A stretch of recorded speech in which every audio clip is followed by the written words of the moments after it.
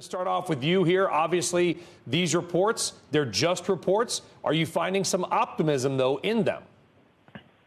Well, I think that a vaccine strategy here could be helpful, but probably for what we might refer to as a second wave. I think if the virus itself does become, we do see outbreaks going into the spring and the summer, hopefully it won't become epidemic here in the United States, and the spring and the summer will present a natural backstop towards the transmission of a coronavirus. Then coming back in the fall, you might see the virus resurface, and at that point, a vaccine could potentially be ready and would be very helpful. But I think for the immediate future, where we're very likely to see outbreaks of this virus here in the United States, hopefully small outbreaks, the vaccine isn't going to be ready in time.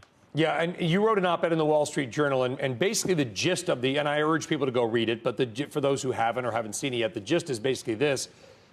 Anybody who has any kind of what looks to be pneumonia, even if they have not been to China or been around people who have just been in China, that you believe that we should start testing them for the coronavirus. But isn't there a risk that could set off an unnecessary panic?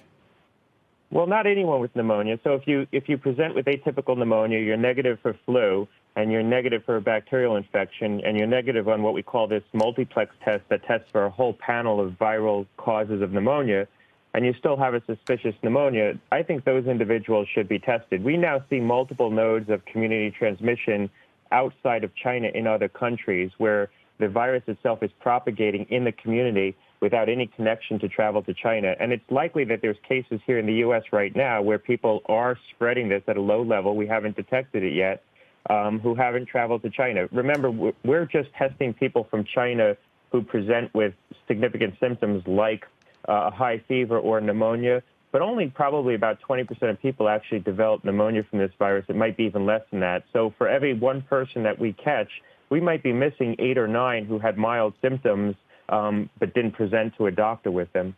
Jim, you're normally in Shanghai. Yes. But you're here. Yeah. When did you get here, by the way? I left middle of January. Okay. Don't worry if I cough. You're here because you're trying to avoid the virus, I understand. Well, correct? I was on a business trip and then Chinese New Year's, and so I'm staying, and I don't know when I'll go back. That's the case with a lot of the expat business people. They left China for Chinese New Year's, and now they're stuck offshore, watching, waiting to see what happens. So it's a reflection of the disruption. And what are your clients seeing as you... Well, I tell you, I'm in touch with a lot of people running businesses in China, and they are hunkered down. They're checking on their employees every day in their houses. People are not leaving their homes except to go out and get vegetables. And I don't know when business is going to start up again.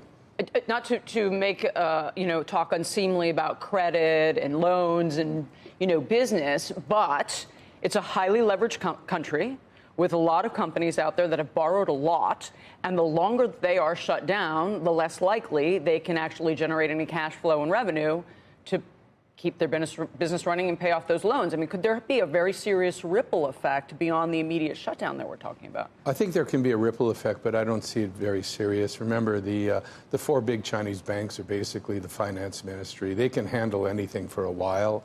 I wouldn't go on gloom and doom, but this is going to hit the world because China's still the manufacturing center of the world. No supply chains are shut down. And the lead doctor in China who is monitoring the virus, he just came out yesterday and he said he originally predicted the peak would be now. Now he's predicting 2 weeks ahead. And businesses are planning on starting back at work on the 10th. And I don't think that's going to happen. I think this is going to keep rolling along.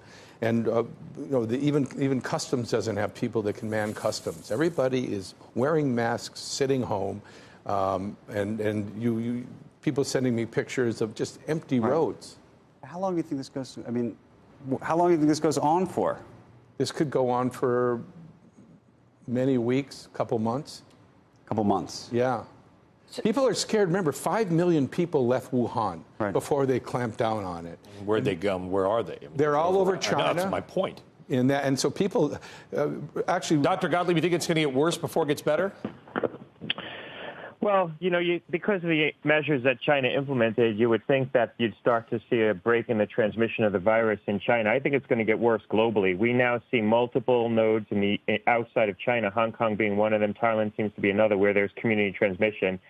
So we could potentially see epidemic spread in those regions. Those regions still have travelers coming into the United States. So we will see more cases here. and a lot of them will be undetected. So I think we're going to have to grapple with outbreaks here in the U.S. I think we need to prepare the public for that. That does not mean it's going to become epidemic in the United States. I think we can still prevent that.